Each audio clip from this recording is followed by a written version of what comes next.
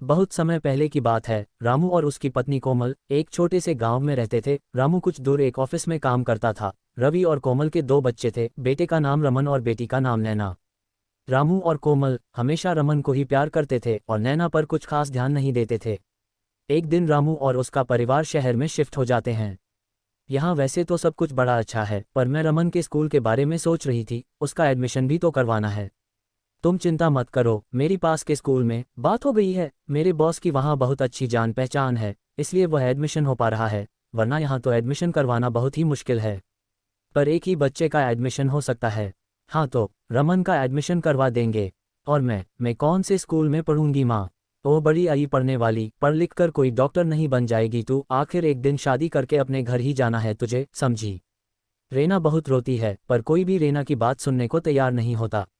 कुछ दिन बाद से रमन नए स्कूल में जाना शुरू कर देता है। एक दिन रमन और रेना आपस में बात कर रहे होते हैं, तभी वहां कोमल आ जाती है। कितनी देर हो गई रमन, चलो जल्दी स्कूल जाओ वरना बस निकल जाएगी। रमन स्कूल के लिए निकल जाता है। नैना पूरा दिन अपनी माँ के साथ घर के कामों में ही हाथ बटाती रहती है। उसे स्कूल न जाने का बड़ा ही दुख होता था, पर वह कुछ भी नहीं कर सकती थी। एक रात नैना को नींद नहीं आ रही होती, तो वह खिड़की पर जाकर खड़ी हो जाती है और बाहर की ठंडी हवा ले रही होती है। नैना खड़ी खड़ी स्कूल के बारे में सोच ही रही होती है कि तभी उसे आवाज आती है। सी बैट, सी कैट। अरे, ये तो बच्चों के पढ़ने की आवाज कहाँ से आ रही है। नैना ने और ध्यान लगाकर सुनने की कोशिश करती है, तो इस बार फिर से उसे आवाज आती है। चलो बच्चों, अब अपनी हिंदी की कॉपी निकालो, मैं आज तुम सबको एक कहानी सुनाऊंगी। ये तो किसी टीचर की आवाज है जो बच्चों को पढ़ा रही है, पर इतनी रात में कौन सी टीचर बच्चों को पढ़ा रही है। नैना इधर उधर देखते हैं तो उसे थोड़ी दूर पर एक बिल्डिंग दिखती है, जिसकी एक खिड़की से लाइट आ रही होती है और इस खिड़की से बच्चों और टीचर की आवाज भी आ रही होती है। अच्छा, ये से आवाज यहाँ से आ रही है, पर इतनी रात में मुझे जाकर देखना चाहिए।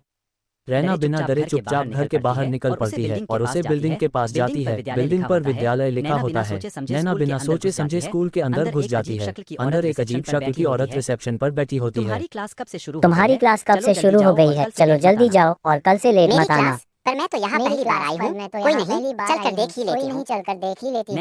नैना क्लास में घुसती है तो उसकी आंखें फटी की फटी रह जाती है। वहाँ एक चुड़ैल भूतिया बच्चों को पढ़ा रही होती है। नैना जोर से चिल्लाती है, शोर मत बचाओ, शोर दिख मत नहीं रहा बचाओ, बच्चे टेस्ट दिख कर नहीं रहे रहा हैं। बच्चे और टेस्ट तुम्हें कर रहे इतनी देर हैं से और क्यों तुम्हें आई? इतनी चलो देर से अब क्यों अंदर आई? आकर बैठो चलो और अब कल अंदर से लेट आकर मत आना। बैठो और कल से लेट मत आना। रेना ने कुछ समझ नहीं आ रहा होता कि वह क्या करे। उसकी डर के मारे वहाँ से भागने की भी हिम्मत नहीं अब हो क्या रही बाहर ही होती। खड़े रहना है, चलो जल्दी आओ। नैना चुपचाप एक खाली सीट देखकर वहां बैठ जाती है।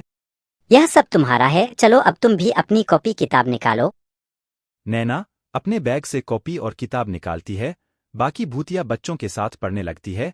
चुड़ैल टीचर बच्चों को बड़े ही प्यार और अच्छे से पढ़ा रही होती है और नैना बहुत ही होशियार हो चुकी होती है और छोटे मोटे बच्चों को पढ़ाने लगती है। उसी आय से अपना घर चलाने लगती है। रमन बहुत नालायक होता है, वह चोरी और नशा करने लगता है।